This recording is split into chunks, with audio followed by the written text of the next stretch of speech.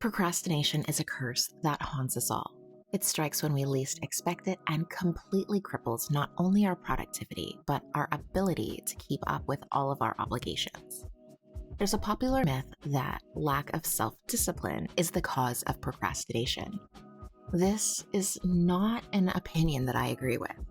People don't procrastinate just because they're lazy.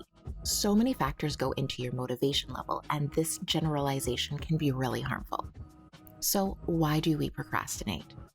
What's literally holding us down? It's not always as simple as just get up and do what you have to do already. Sometimes, as much as we want to, or as disciplined as we are, we just can't get started. Today, I want to discuss about 10 reasons why you're procrastinating. Then we'll talk about what causes these bouts and why it's so hard to get to work. Don't worry, I will even offer some suggestions to get you back on track to being your regularly productive self.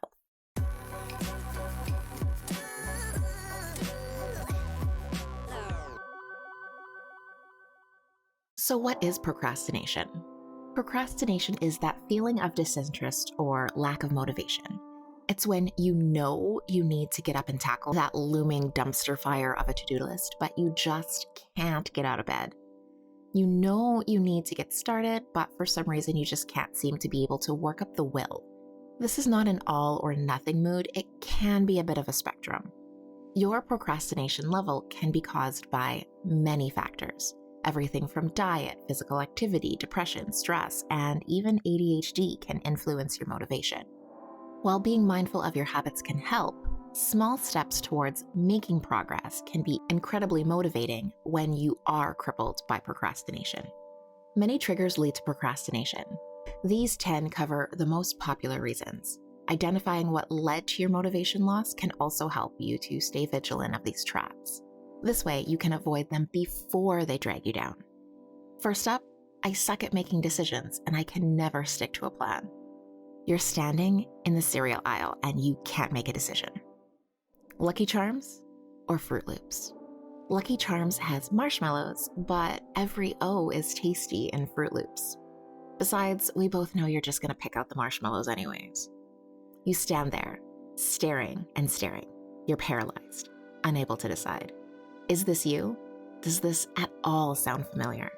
Or are you on the other extreme where you make decisions quickly, but then you get home and immediately second guess yourself? Self-doubt comes rushing in, and all you can think of is how you might have made the wrong choice. While working on an assignment, you might scrap all of the progress you've made just to restart again at the last minute because you don't like the strategy that you've started with. A lot of people struggle with making simple decisions. The most important thing is to trust yourself. You must trust your original plan and vision. You have to be kind enough to not do yourself the disservice of undermining all of the progress you've already made. Don't abandon your original plan in favor of cramming an entire project into too little time.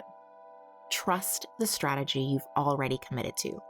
This form of procrastination is sneaky because it's thinly veiled as productive. You're starting projects, but just struggling with the steps. Don't be fooled. Progress is not made if you constantly start over and second guess yourself.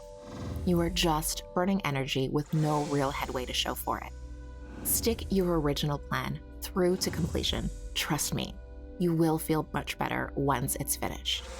I constantly make excuses and lie to myself. If we wanted to, we could justify just about anything. This is dangerous and often gets us into a lot of trouble. Not starting that project that's due next week today because we work better under pressure is a bald-faced lie we tell ourselves daily. While some people may definitely be able to make the best of a stressful situation, that same person would undoubtedly flourish given the time to prepare and implement a strategy correctly. You have to be honest with yourself. Putting this project off when you have the extra time to complete it will only stress you out and overextend your efforts. Putting it off just causes you to rush and take shortcuts and possibly overlook mistakes. This will eventually cause you to feel guilty for pushing yourself through all of this unnecessary and unwanted stress. No one does such a great job under pressure that it justifies not starting now. With all the extra time, you can really sit down and break the project up into simple steps that allow you to gracefully and thoroughly complete it over an extended timeline. Stop procrastinating and make a simple list for everything you need to complete this assignment. Then, start plugging away at these simple tasks until you see enough progress to get real motivation. I have low self-confidence. Sometimes we put things off because we don't really believe in our own ability to do them. I've never done anything so complicated, or I'm struggling with the coursework, or I have trouble writing essays. Lacking this self-confidence is something that we all struggle with. It's hard to feel good about yourself every single day, but it's deeper for that for some of us. Some of us never seem to believe in ourselves. The best cure for lacking self-confidence is to have something to show for your efforts. Having something tangible that you can actually review and show other people will boost your spirits and help you believe in your ability to see things through. Remember that no one expects you to be fantastic at something on your first try. You have to practice at it. If you start now, even if your first draft is less than stellar, you will have time to review, revise, and edit it over and over and over again until you have it exactly right. You can do this until you're proud of your work. Repeat this process until it is everything that you want it to be. The only thing that's standing between you and the product you want to put out is starting today. Also, never compare your skills to those of your friends. The grass will always be greener on the other side of the fence. So writing or drawing may seem incredibly easy to someone else, but I can assure you that there were hours and hours of practice behind them. Everyone has talent, and you have gifts that they could only wish for. Don't ignore your gifts in favor of envying someone else's. Everything must be perfect. All too often, we expect perfection from ourselves, even though that we know our standards are near impossible for others to live up to. We somehow believe that we can still attain them. This is frequently caused by the absolutely perfect aesthetic that we are subjected to constantly on social media. With their immaculately sterile homes and their perfect GPAs, these perfectly manicured models are a facade that everyone puts up. The truth is that all of us struggle. Everybody has a bad day. Everyone has a Monday where the best they can do is sweatpants and a toque. Each person has to study to get the grades that they want for themselves. No amount of artisan stationery or windblown sunset shots can change that. Many times, you must remind yourself of this. You cannot live this perfect lie every day, and you can't expect perfection from yourself every moment. Perfection does not exist. You will never get to the final draft if you get hung up on every single imperfection in your writing style or note-taking style or assignments or lives. Edit, revise, then proofread the heck out of that assignment and turn it in. Sometimes you have to remember that you have to hand in an assignment for it to be graded. Any mark is going to be bigger than a big fat zero that you'll get from not handing it in at all. I don't understand how. Too often, assignments are handed out and students are overwhelmed by this daunting task that they say they don't understand. This leads to the project getting put aside, where it is eventually forgotten until the final hours. The problem here is that by the time you get around to actually dealing with the assignment, it's too late to ask questions about how to complete it. This leaves students scrambling, and they'll never know if they could have gotten a better mark if they had actually understood the assignment better. Start early and just try your best. Often, a lack of understanding is just really being overwhelmed or stressed out by something new. Break down the instructions into a simple task list and then start the project and work it through step by step. More often than not, once you start moving through the process, you'll find that it's not actually as difficult as it originally appeared. If you do find that you are still struggling after reading the instructions and working on the steps, don't be afraid to approach your professor or the TA for help or insight. But the most important thing is that you start. I can't seem to get organized. No one is born with outstanding organizational skills. This is a muscle that you must hone and exercise daily. The most important thing is to understand that once you put in the time to get organized, staying that way is super easy. There are so many ways to get and stay organized. The simplest way to organize your day is just to keep a running to-do list so that you don't lose track of what needs to get done. Unfortunately, the only way to get out of the procrastination rut caused by lack of organization is to simply get organized. I know it seems like it's easier said than done, but once you form these habits, you will be surprised by how much easier it is to get yourself together and stay on top of your tasks. You can try using Siri or Google Assistant to add tasks to your to-do list hands-free. Just ask them to create or add to a specific task list. I don't know how to study. Unfortunately, teaching study skills is largely overlooked in high school. Many students struggle with learning and implementing these skills simply because they have never been taught. Then they flounder throughout their first years in post-secondary while trying to figure all of this out on their own. This can lead to a lack of confidence in their ability to really prepare for exams. How can you get down to studying if you're not even sure you're doing it right in the first place? Figuring out how to study early in your educational career is vital to your success, especially in post-secondary education.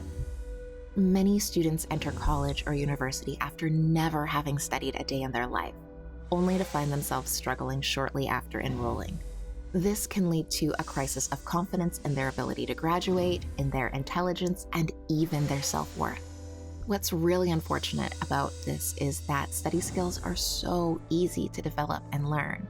There are so many different ways to study, and once you commit to discovering them, it's just a matter of finding which style is right for you. On the channel, we do have an entire series dedicated to different ways to study. A great place to start would be choosing a study guide, because this video conveys many types of study guides and activities that can help you. We do also have a free study planner that can help you to schedule your study sessions, and it comes with about 20 different study activity suggestions, which you can track your progress throughout the semester. I will link both the video and the study guide below. They're both free and you can access them if you need. Never be intimidated to start something just because you lack the confidence to see it through. More often than not, confidence comes once you start seeing results and progress. Luckily, help is never more than a phone call, an email, or a YouTube video away. I never have the energy. Do you feel like you're always tired? The only thing that you want to do all day is lay around in bed and think about everything that you should be doing. You might binge watch Netflix or drift in and out of naps all day and think, what's wrong with me? Why can't I get myself together? Why can't I just get out of bed and get things done? You might be surprised to hear that you're not alone. You'd be hard-pressed to find someone who does not have these lows or depleted energy levels. What you need to figure out is, first, is this something that happens occasionally or is it every day? If this is something that only happens occasionally, is there a pattern to it? In reviewing this question, the first thing you should do is to contact your primary care practitioner. A lack of energy can sometimes be a symptom of something bigger, and we never want to ignore that. So talk to your doctor and ensure that there's nothing going on beneath the surface. Once your health has been checked out and your doctor's given you the thumbs up, there are a few things that you can do to address this low energy. First and foremost, make sure you're getting enough sleep. I know 8 hours is often asking a lot when you're juggling so many obligations, but really try and reach this goal as much as possible. Taking in and retaining information is impossible without adequate sleep. Even going to class overtired like this is essentially useless because you're not preserving the material. Also, make sure that you're setting and sticking to the same bedtime and wake up as much as possible. Keeping this routine strict is the best way to feel rested. Next, consider your diet. Are you eating lots of junk? Often fast food can cause these energy spikes and free falls, so try tweaking your diet to include more energy boosting foods like whole grains, proteins, fresh fruits, and vegetables. Another simple track to increase your energy levels is to make it a habit to work out. This always sounds counterintuitive because you feel like you need energy to work out, but really working out actually ends up boosting your energy levels. I'm not even gonna lie to you. The first few workouts are going to be tough. You're gonna be sore and you're gonna be achy and you're gonna be tired, but by the end of the week, you're going to feel amazing. All those good energy and workout endorphins are gonna be flooding all over and it's gonna make you feel great. You don't have to go crazy and join a spin class or anything. Try a quick yoga session at home or do a jog around the block just to get your blood pumping until you're ready to commit to the workout lifestyle. I have no direction or vision. We've all heard these questions before. So, what are you planning to do with your life? What do you want to be when you grow up? When exactly are you going to graduate from university? What are you going to do after that? Some people seem to have it all figured out, like they know exactly who they are and what they want to be. That's not always the case. Some people are just late bloomers. They don't find out until they're well into their careers. Others find out while they're away at university or college. Some people even change their majors several times. There's no right or wrong answer in finding your destination. It's okay to not have an ultimate vision or the exact steps that you want to take to get there. However, having clear short-term goals is essential to making progress in life. You may not know what you want to do as a career, but you know you want to pass this course. Don't let being overwhelmed by the idea of long-term success inhibit you from making short-term progress. Making goals, tracking them, and achieving them is vital to measured success. Having clearly defined targets for your week, month, semester, and year is crucial. These can be as simple as improving your overall GPA or completing specific courses, or even personal goals like getting your driver's license. Depending on your actual schedule, a monthly goal can be something like acing a test, while a weekly goal can be completing all of your notes and homework. Simple goals like these are baby steps towards finding and achieving an ultimate goal. Alternatively, if your goal for the year is to finally decide what you want to be, perhaps you can enroll in different courses or take some classes that you're interested in. Thinking about becoming a doctor? Well, take a biology course. A lawyer? Take something in criminology. Experimenting with different classes while you're at university or college is a great way to explore various opportunities without fully committing to a specific path for the rest of your life. This way, you'll be able to see if you're taking a liking to the material before you wake up in your 40s and realize that it's not for you. I'm afraid I'll fail. Sometimes we have dreams that are so big they scare us. If this is you, the fear of not achieving such an incredible dream can be paralyzing. If you don't start, you can't fail. At the same time, if you don't start, you also can't succeed. You deserve to be able to achieve anything that you set your mind to. You can do it with the right strategy and proper implementation. There are so many others out there who have built empires out of nothing. These come-ups have proven that anything is possible. You just have to start. You have to put one foot in front of the other. These fears can be crippling and it hits all of us. Just keep putting one foot in front of the other and stick to your plan. Do what it is that you are afraid of. Procrastination happens to us all, and it happens for a variety of reasons. It's vital that you aren't too hard on yourself when it comes to self-doubt, second-guessing, lack of confidence, or the inability to make a decision. These are all problems with incredibly simple solutions. But the thing is, when you're deep in procrastination mode and laying in bed, not doing what you need to do, you might not appreciate me saying, just start. But ultimately, it really is just a matter of starting. Many people will argue that one of the entries should have been lack of discipline, but as I said before, I do not believe that. Even the most disciplined students and people in general will find themselves procrastinating. It's human to procrastinate, second guess yourself, or even doubt yourself. The cure for procrastination is motivation. Think about what motivates you. Visualize your future if you need to. What do you aspire to? Now, go out there and get it. The best motivation is seeing results, and the first step in seeing results is to just get started. Don't go away. Do away with negative self-talk and be kind to yourself. Repeat some positive affirmations when it's hard to do that. Remember, you're full of potential, and the only thing between you and achieving your dreams is getting started.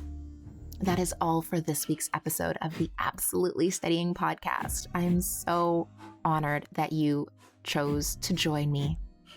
Thank you so much for making it through the episode. Every week we do dive into the nitty-gritty about homework help, organizational tips, and of course, study hacks. But that is all for this week. It does mean so much that you would invite me on this adventure with you, and I, in turn, want to make your academic journey as smooth, as fun, and as stress-free as possible. So if you do have any questions for me, please feel free to email me or pop them in the comments, or you can catch me on my socials. All of the links are down in the description, along with any of the resources we discussed today. So that's all for now, and until next week, I hope you have an amazing adventure.